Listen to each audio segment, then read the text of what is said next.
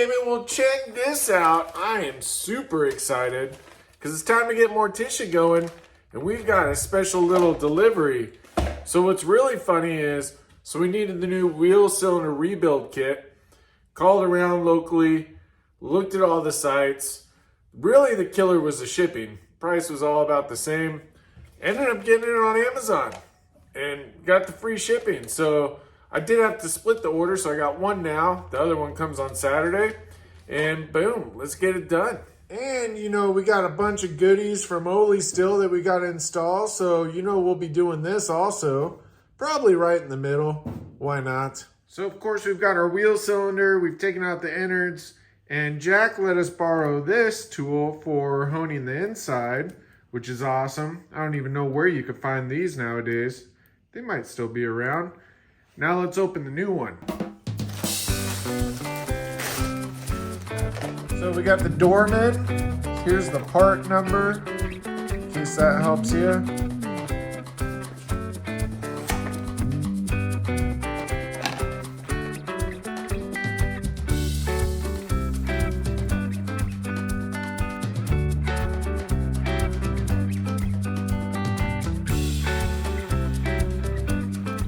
Shai, what do you think of the new taillights? They look shiny. Yeah. I mean, talk about coming to the rescue, Mr. Oli's garage, our buddy Dano, huh? Yeah. So excited. Looks so cool. It's so funny how they're different from side to side. Man, what a difference it makes having those in there.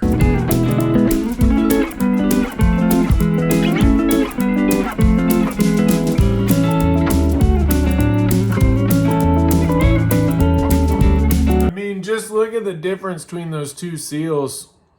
You can see, I mean, there's that crack on that one, but just a night and day difference. Definitely glad I did this.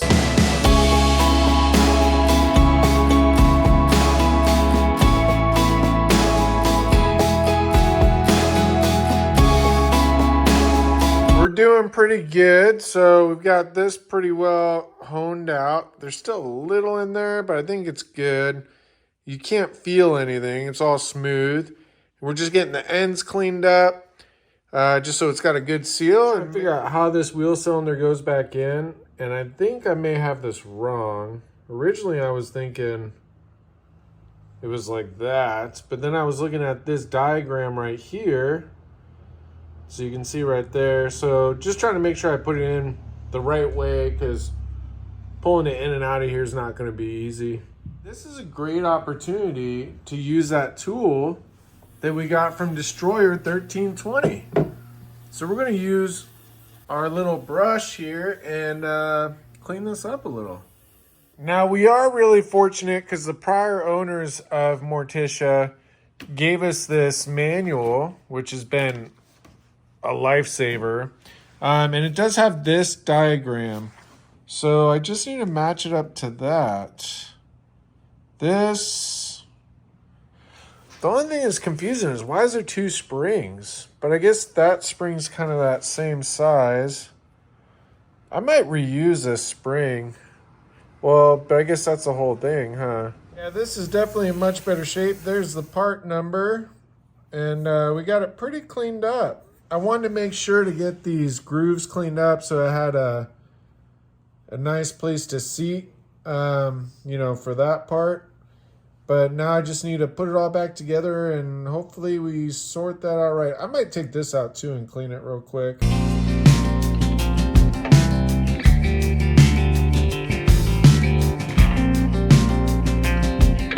So again, and huge thanks also to my buddy Oli's garage, because he's been helping me sort this out also.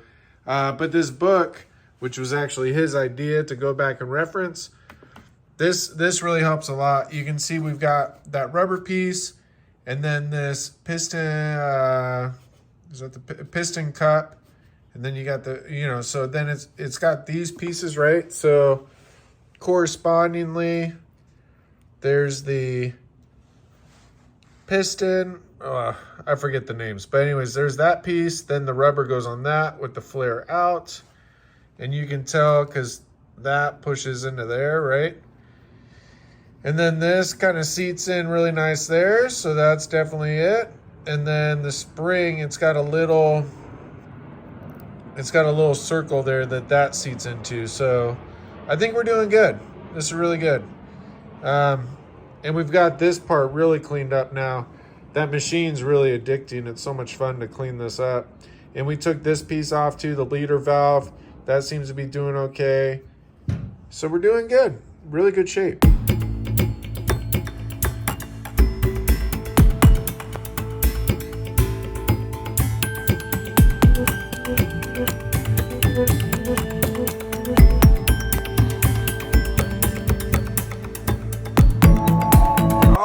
So I think I got it put back together correctly, hopefully.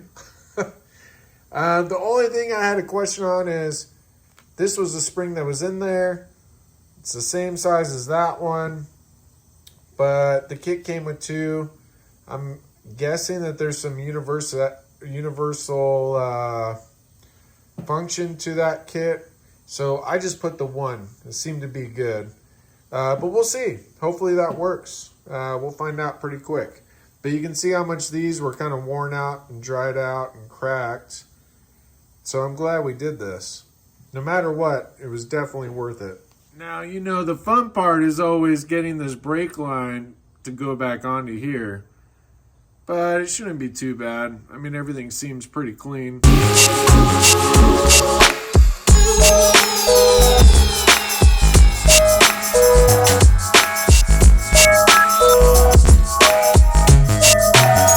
It's all pretty positive. We do have one little issue, and this spring I don't think is going to work. I mean, it's the right length, but it's popping out way too easily.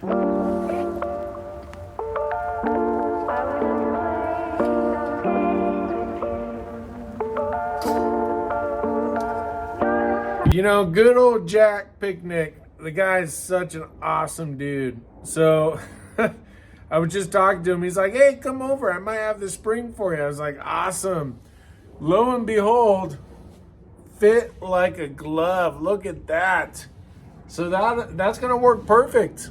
That's awesome. Now, I don't know if he's got two of them. And the other side might have one. So that'll be the other piece there. But I consider this pretty good to go. So definitely a huge success. This has been a great learning experience too, really. But huge thank you to my good buddy Jack Pieknik, and of course my good buddy Oli's Garage, and of course everybody else. There's so many awesome YouTubers. I mean, I couldn't list everybody off if I wanted to, but just to name a few, you know, you got Bill Cameron, Edge of Eternity, you got Nathan's Mopar Garage, you got P Street Garage, you got Tim Windsor, you've got Big Wrench Tech, you've got Fox Can Fix It, you've got Mongrel's Garage. I mean, I could go on for days, but really appreciate everybody out there. Thank you so much for watching and for the help, and boom, baby.